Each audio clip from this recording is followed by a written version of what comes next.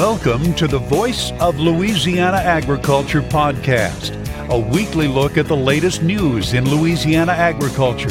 Coming up, we'll have a look at this week's Louisiana Ag News headlines. We'll check out the latest happenings at the state capitol and in Washington, D.C. in our Grassroots Government segment. We'll hear from one of you as we take you to the fields and pastures of the Bayou State and find out the latest in crop and cattle conditions. And we'll look inside the markets with commentary from experts at the Louisiana Farm Bureau Marketing Association. All of this and more coming up on this week's podcast. Now, here's the host of the Voice of Louisiana Agriculture podcast, Carrie Martin.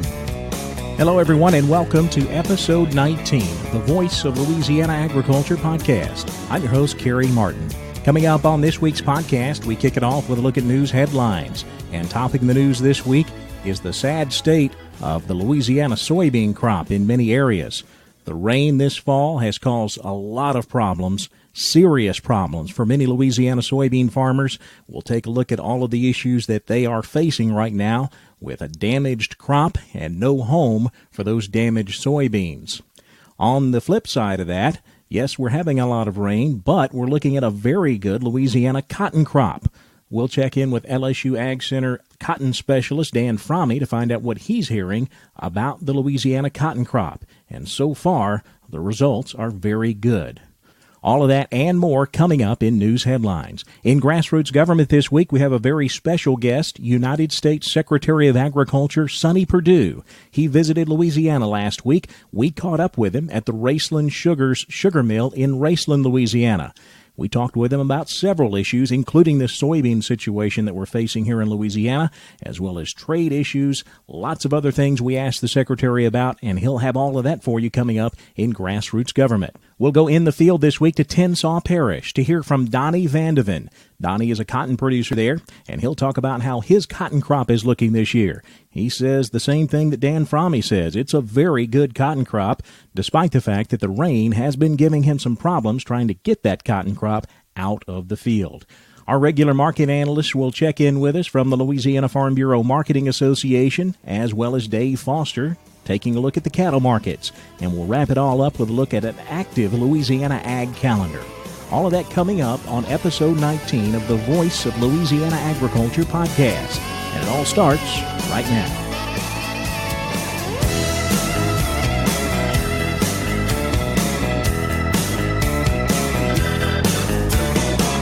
Here's a look at the latest news headlines in Louisiana agriculture on the Voice of Louisiana Agriculture podcast.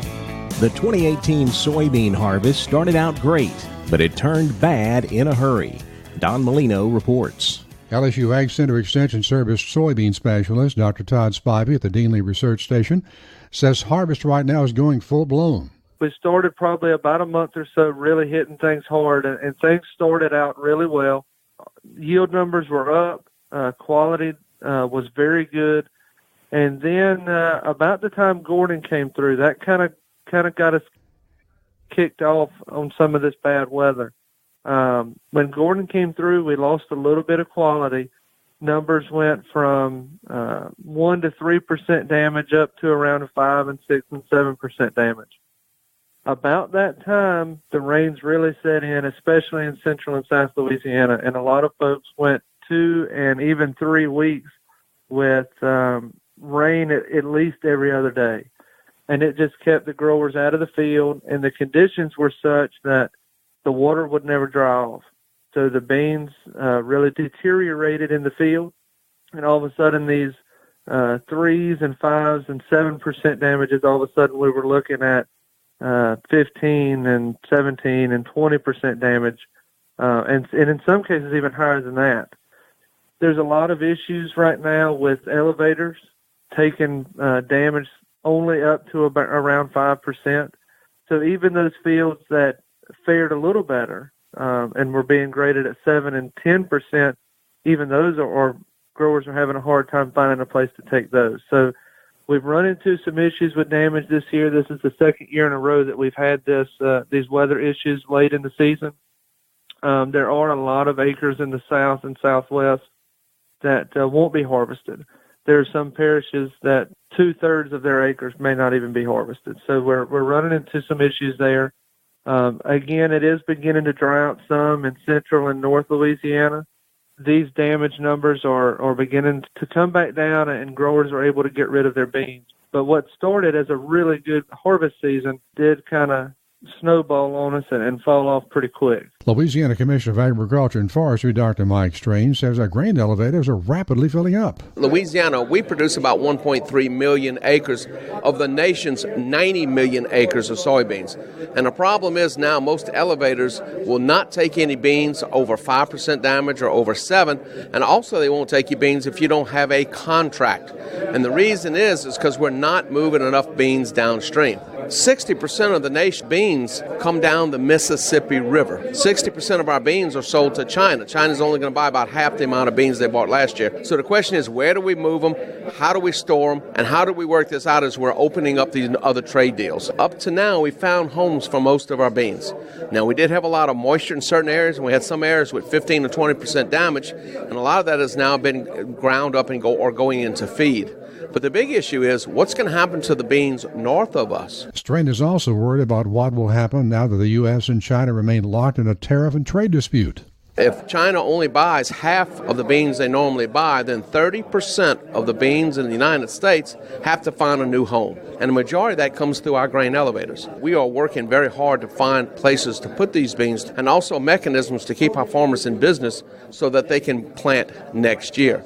Everything we're doing now is to try to deal with this in the short term until we can get China at the table and get China to go ahead and get those things resolved and start our normal trade transactions, as well as opening up new markets, working with the market facilitation program, both to open up new markets through the trade assistance and also what we can do to stabilize the economy of the farms so they'll have enough money to pay their bankers, to pay their bills, so that we can plant a new crop next year. So a lot of that all tied in together. I'm Don Molino on the Voice of Louisiana Agriculture podcast. Louisiana Congressman Ralph Abraham has sent a letter to U.S. Agriculture Secretary Sonny Purdue asking for help in finding storage for Louisiana soybeans. So we've asked the Secretary to look at options, look at solutions. We certainly have offered some, and get this done, but get it done quickly. Abraham says he's offered a couple of solutions. One, let's pay our farmers for planted acres instead of harvested acres. Now, we understand why that was done in the first place, but there's going to always be some bad apples, but mostly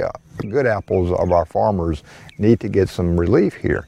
So let's pay for the planted acres instead of the harvested acres, because right now you have to have that grain slip to be part of the MFP fund. Well, you can't get it if you can't store your beans.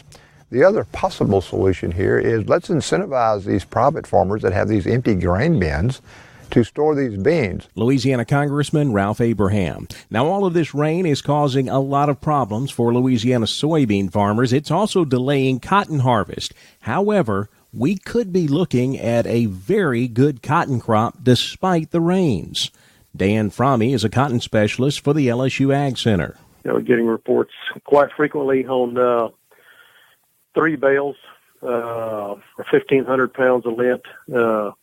It's been reported very often. And on top of that, fiber quality is looking really good as well. And so I think right now, even though we haven't finished this year's crop, I think it's going to be the best one that we've had since probably 2014, which is well needed for the profitability of producers here in Louisiana. So far, we've been able to escape, marketing issues that have impacted the soybean world, and so obviously we have a lot of soybean producers that farm cotton, and at least we right now have some good news for them from the cotton front at this time. Fromme says cotton harvest should be wrapping up soon. I tell you what, I would expect, if we can continue to get favorable weather, hopefully we will be through harvesting here in Louisiana by the end of the month, hopefully by, November 1st. And that's always good when you can finish up harvesting cotton in Louisiana. It has been a very wet harvest season here in Louisiana, but that's not stopping the Louisiana sugarcane harvest. We're trying to get this in a hurry because we've got a pretty good rain event happening to the west coming this way, and not what you want the first 2 days of grinding. That's West Baton Rouge Parish sugarcane grower Clayton Hurdle. It just slows everything down, slows the milling process down at the mill. It's not good on anything during harvest. Despite the wet start to this year's cane harvest, Hurdle says he's expecting a very good crop. I'm expecting a probably above average crop, but it always depends on the weather during harvest, how much sugar this crop actually has in it. I think the tonnage is going to be good enough to be a good crop. It's just a matter of whether, we've had a couple of record-breaking sugar per ton or sucrose years the last couple of years. It's hard to follow that up after the last couple of years, but I think we're still going to be at least above average crop. Sugarcane harvest is now 9% complete, according to the latest Louisiana Crop Progress and Condition Report. USDA released its latest crop production and supply and demand report earlier this week, and here's how the numbers for Louisiana looked. Louisiana corn for grain production now forecast at 76.5 million bushels. That's down 15% from last year. Upland cotton production forecast at 420,000 bales. That's 16,000 above last year. Rice production for 2018 in Louisiana forecast at 30.4 million hundredweight. That's up 15% from last year. Soybean production this year forecast at 65.5 million bushels. That's down 3% from last year. And sugarcane production forecast at 14.8 million net tons. That's up slightly from a year ago. USA Rice will be traveling to the Rice Outlook Conference in San Diego in December via Minneapolis. Don Molino reports the reason for this roundabout travel route is to give away several thousand consumer and industrial rice cookers along the way. Michael Klein with the USA Rice office was on hand for the kickoff in Crowley as part of September being National Rice Month. Rice consumption in the U.S. is about 27 pounds per person, and we think it should be double that at least. And one of the things that we've heard is that folks sometimes are intimidated by cooking rice. Not in Southwest Louisiana, certainly, but in the rest of the country, sometimes there's a little bit of intimidation about how to cook rice. So we thought, well, if we gave people a rice cooker, you can't go wrong. You put the rice in, put the water in, push a button, and 20 minutes later, you've got rice. We reached out to companies that make rice cookers, and they wanted to get involved. And we said, well, what if we started giving away rice cookers and giving away rice and get them comfortable with it, and then they'll go out and buy rice on their own. We have 3,000 consumer rice cookers for household, and we have 25 that are industrial that we're going to stop at food kitchens and banks along the way to give out the industrial cookers to those who are feeding others in the community who are deserving of it. I'm Don Molino on the Voice of Louisiana Agriculture podcast. That is a look at some of the latest news headlines in Louisiana agriculture. And don't forget, you can stay up to date each day by checking out our website, voiceoflaag.org. We update that every weekday with the latest news, information, and happenings in Louisiana agriculture. And while you're at the website, don't forget to subscribe to our daily e-newsletter. It's called The Daily Voice. There's a big button right there on the home page at voiceoflaag.org. Click that button, fill out your name and email address, and we'll send you the latest news in Louisiana agriculture directly to your inbox every weekday morning at 5 a.m. Coming up next, it's time for Grassroots Government. We get a special visit this week from U.S. Agriculture Secretary Sonny Purdue. He spent a day in Louisiana, both at a grain elevator and at a sugar mill. We caught up with Secretary Purdue, and we've got him coming up next on Grassroots Government right here on the Voice of Louisiana Agriculture podcast.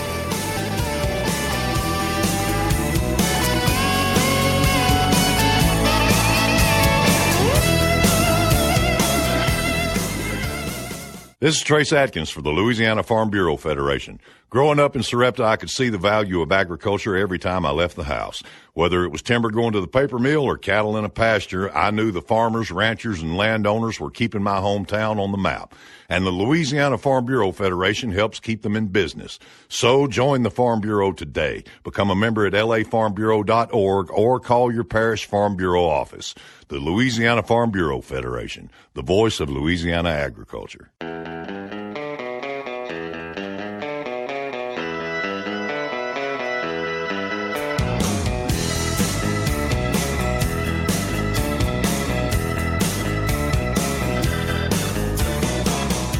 It's time for a look inside the halls of government in this week's edition of Grassroots Government on the Voice of Louisiana Agriculture podcast. Our guest on Grassroots Government today is United States Secretary of Agriculture Sonny Purdue.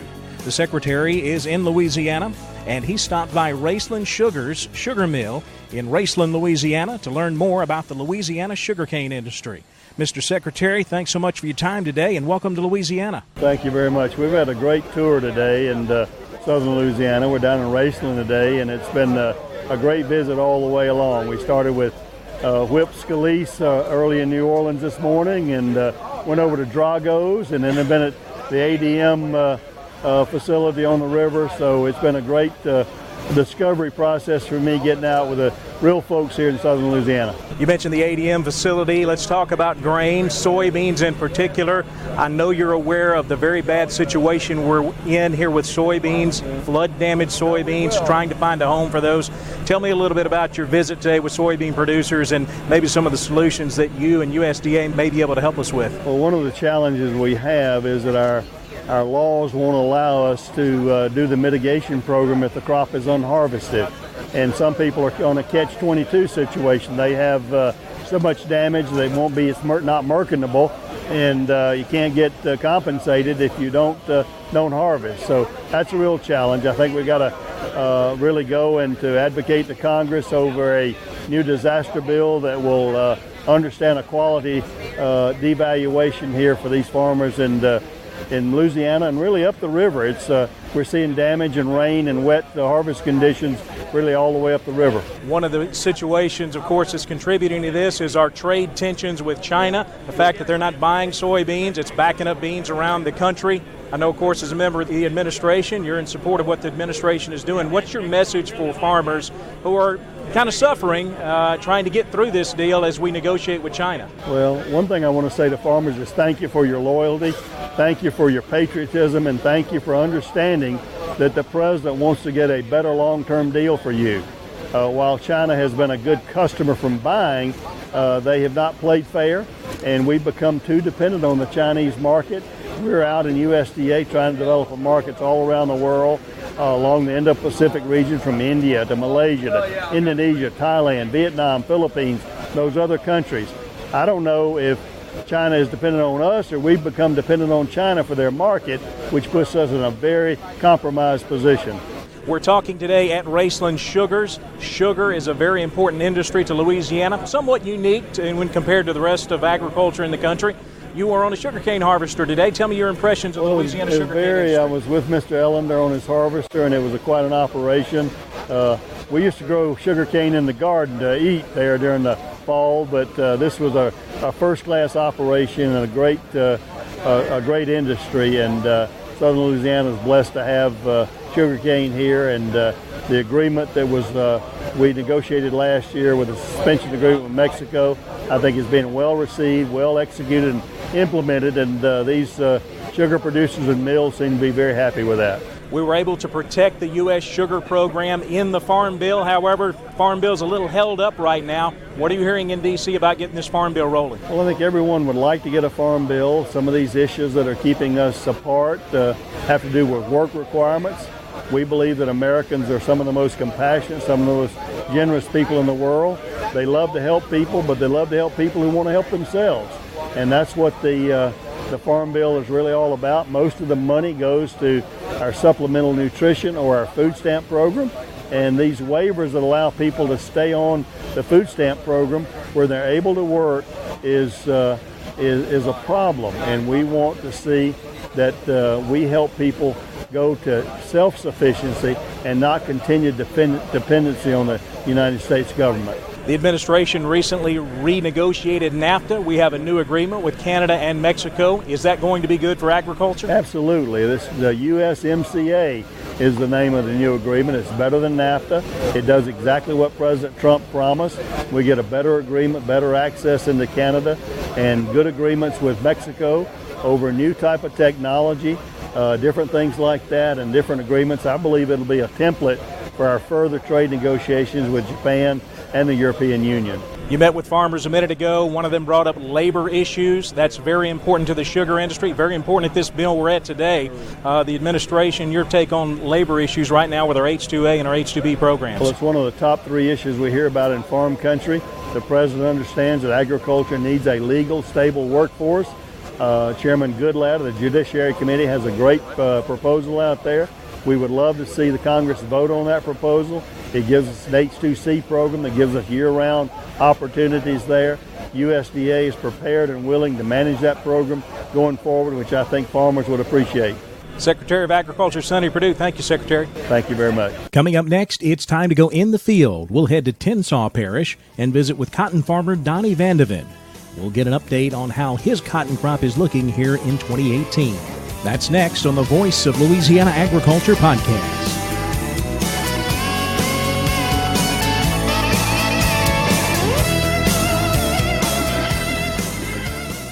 This is Trace Atkins for Louisiana Farm Bureau Federation. You know, your Louisiana Farm Bureau membership gives you access to the best insurance on the planet, but it can also save you hundreds when you buy a car. On vacation, your Louisiana Farm Bureau membership gets you discounts on hotels and rental cars, and it makes you part of a group that's 143,000 families strong. So go to lafarmbureau.org or call your parish Farm Bureau office to become a member. The Louisiana Farm Bureau Federation, the voice of Louisiana agriculture.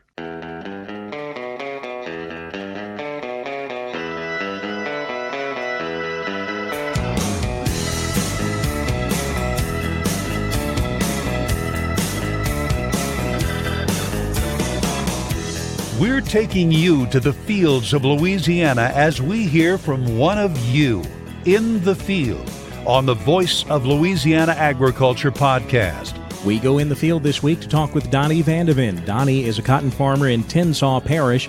He says he's having a really good year despite the fact that the rain has caused some harvest issues. But nonetheless, he's looking at a very good cotton crop if the rain will allow him to get it out of the field. This week's In the Field with Donnie VandeVen of Tensas Parish. I'm Donnie VandeVen, and we are right now on one of our farms, Helena Plantation. Altogether, we had about 1,600 acres of cotton, and as of right now, I've picked about 500 of that, about 1,100 in the field. We were picking, everything was going good. We'd finally got back in the field after an 8-day rain spell. Got unlucky and got caught by another shower, and the cotton's wet. It rained for about 10 minutes, and the sun's out, and we'll just wait for it to dry up and try to go get some more. Some of my better cotton is still in the field, and if the weather will get straight, this may be top 3 crops ever for us. With after last year and then with the commodity prices on some of the other crops, we need something to work out for us. So, on this particular farm, this 8-day rainy period, we were getting 1/10, 2/10, 3/10 a day, just gentle showers, and not a lot of heavy winds, so no cotton fell on the ground. It just was keeping the cotton wet so we couldn't pick it and bale it. If you put the cotton in these bales wet, you're asking for a lot of trouble. On some of the other farms, we've gotten more rain. One place in particular got one rain that was about 2 inches, and there's some cotton on the ground there, but, minimal. I mean, it just doesn't need any more. It's getting strung out, and another big rain's going to make it look pretty bad. The cotton had defoliated really nice and was really clean and white. But during this rain spell, it's tried to put out green leaves and start growing, and that just makes it harder to keep these spindles clean on these pickers, and also affects the grade some on the cotton from all the green leaves going in it. This year, so far, the crop's been really good. We need this weather to straighten up and let us get it. Most everything that we've picked so far has been in the 12 to some as high as 1,400 pounds to the acre, which is really good. We were pretty off last year due to the weather and had the worst crop we've had in several years, so we need it this year. The inputs are higher than they've ever been, and the prices that we receive are lower than they've been in a while, and it's just got to get this crop out of the field to make it work out. Louisiana cotton farmer Donnie VandeVen of Tensas Parish. Coming up next, it's time to take a look at the markets. We'll check in with Grayson Close and Mark Tall of the Louisiana Farm Bureau Marketing Association, and we'll check in with Dave Foster for a look at the cattle markets. That's all next on the Voice of Louisiana Agriculture podcast.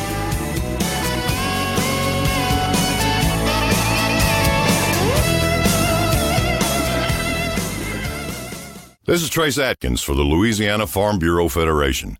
Farm Bureau has been working for Louisiana's farmers and ranchers since 1922, and that work continues today. If you're a farmer or rancher, Farm Bureau wants you to join and be a part of their family. Farm Bureau knows you're busy running your operation, so while you're at work on your farm or ranch, Farm Bureau is watching out for your interests. So join today. The Louisiana Farm Bureau Federation, the voice of Louisiana agriculture.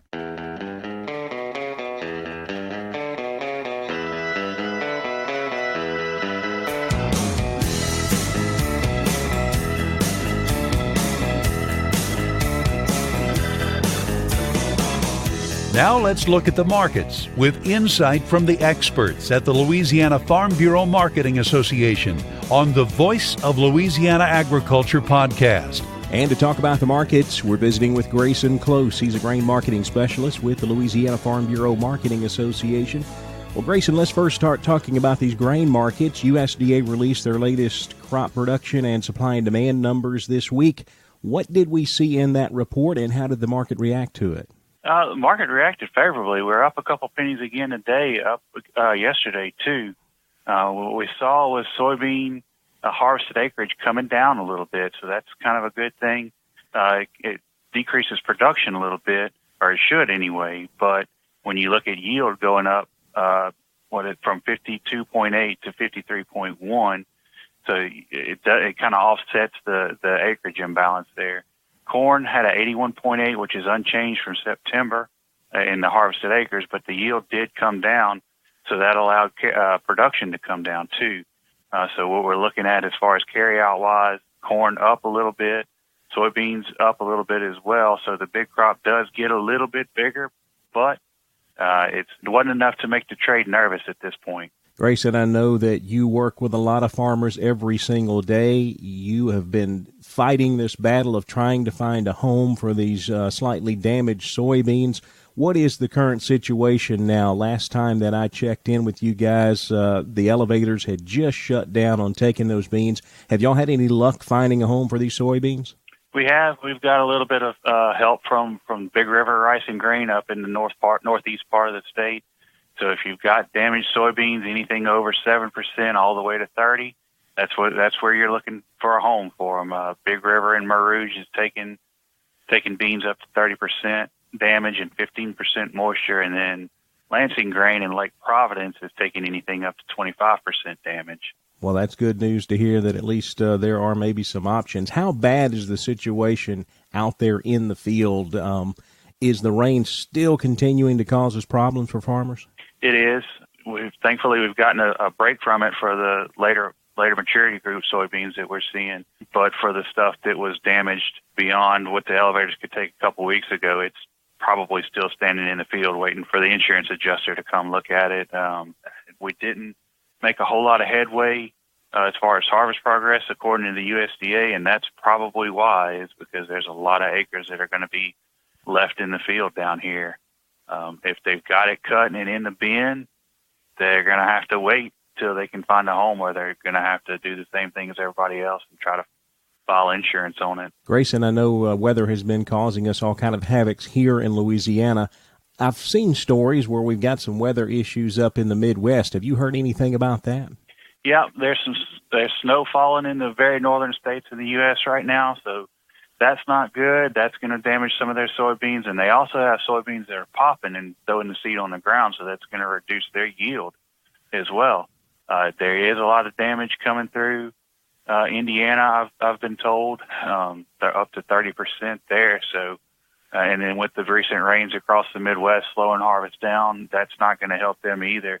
They have a little bit better tolerance to rain than we do because of the difference in the humidity between here and there, but overall, no, it's not going to help them, and it could bring down U.S. yield in the next couple of reports from the USDA. Grayson Close, he's a grain marketing specialist with the Louisiana Farm Bureau Marketing Association. Thanks a lot, Grayson. No problem. problem. Thank you, Gary. Now to talk about the rice market, we go to Mark Tall. He's a rice marketing specialist with the Louisiana Farm Bureau Marketing Association. We visited with Mark earlier in the week, and he gave us an update on the rice market. Well, we're up today in the futures market. Really been trading a bit higher today. Volume is just slightly over the 1,000 contract level as of basically midday. This is not high volume. Nonetheless, it's consistent trading at this point. Each and every day, we're experiencing a higher low across the board, which means a slight incline in the overall price in the last week and a half. Some of the stability is really due to the recent sale to Iraq. Although it hasn't really changed the cash market at this point, it still gives us hope that the crop will be moved out this season. Cash prices continue to remain the same. At this point, long grain 1080 per 100 based on a 62/70 number 2. Producer selling has taken a step back due to recent lower price levels. Rice marketer Mark Tall with the Louisiana Farm Bureau Marketing Association's Rice Marketing Office in Crowley.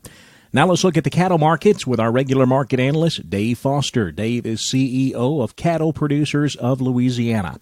Dave, I know we're enjoying a nice change in the weather right now. We've seen a lot of weather changes over the last couple of weeks, and I know that has affected the cattle markets lately. Yeah, I can honestly say that this week definitely was a weather-related market as far as prices were concerned. As you know, here the first, it was a week ago on probably the 5th or 6th of October, that storm moved through. It started there in the southern part of Texas, came right up through the Texas Panhandle, Oklahoma, into Kansas, and right straight up through to Nebraska. And what happened was two things. One, the temperature dropped down, and then, of course, all the rain. So the feedlots had plenty of rain. The wheat growing area, again, abundance of rain. But what happened was really they didn't want to receive cattle in those kind of conditions, especially from us in the southeast where we were still having mid to high 80 temperatures and shipping those unweaned balling calves from here up to there to 30, 40 degree weather. That's not really conducive for a good deal. And so, and then the very next week, what happened was with Michael coming in, one of the big cow killers, FPL in Augusta, Georgia, they basically shut down and were out of the market. So that was a huge loss for us. And so our cow prices, slaughter cow prices, did suffer pretty substantially, due in part to that as well. Well, Dave, when I look at the Louisiana Auction Barn prices this week, and you look at those cow prices, I can see where cows have gone as little as $150 a head. Now, obviously, that's the bottom end of the market, but it wasn't that long ago where those bottom end cows were bringing $300 or $400. So definitely, we've seen a big drop in cow prices. Oh, no doubt. Yeah, it certainly has been a big thing. And of course, here's where we are. It's almost like, I hate to use all these terms, but the perfect storm. You had all this kinds of situations around us, and then on top of that, we're right in the season where everybody is bringing cows to the market because their calves are weaned. They're culling these cows, preg checking them, and the open cows are coming to market. So historically, we get a lot of cull cows coming to market during September and October. Dave Foster, cattle market analyst and CEO of Cattle Producers of Louisiana. As always, Dave, thanks a lot for the insight.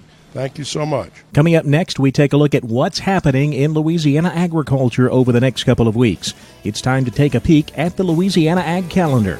That's next on the Voice of Louisiana Agriculture podcast.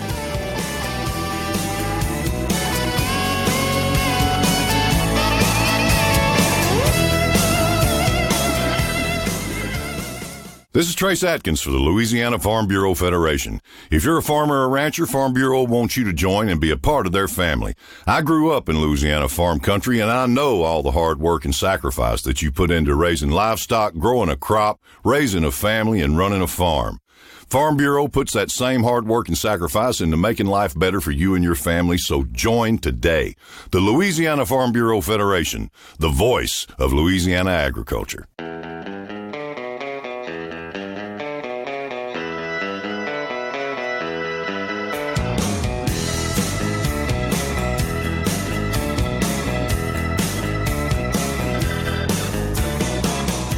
Now, to wrap up this week's podcast, let's take a look at what's coming up this week on the Louisiana Ag Calendar. We have an active week coming up on the Louisiana Ag Calendar. First, we'll start with our Louisiana Ag in the Classroom workshops. We have a couple of those coming up this week. The first one is on Tuesday, the 16th, in Abbeville, Louisiana. And then again on Thursday, October the 18th, we have an Ag in the Classroom workshop in Gonzales, Louisiana. If you'd like more information on these workshops, they're free workshops for teachers to attend.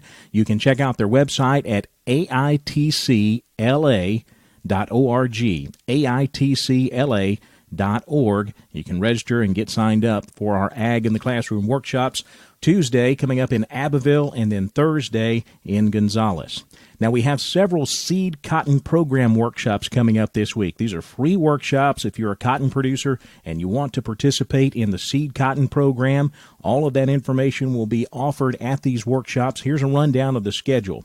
Tuesday, October 16th, 9:30 in the morning in Oak Grove, the LSU AgCenter Extension Office. Then Tuesday evening, 5 o'clock in the evening, Rayville Civic Center in Rayville.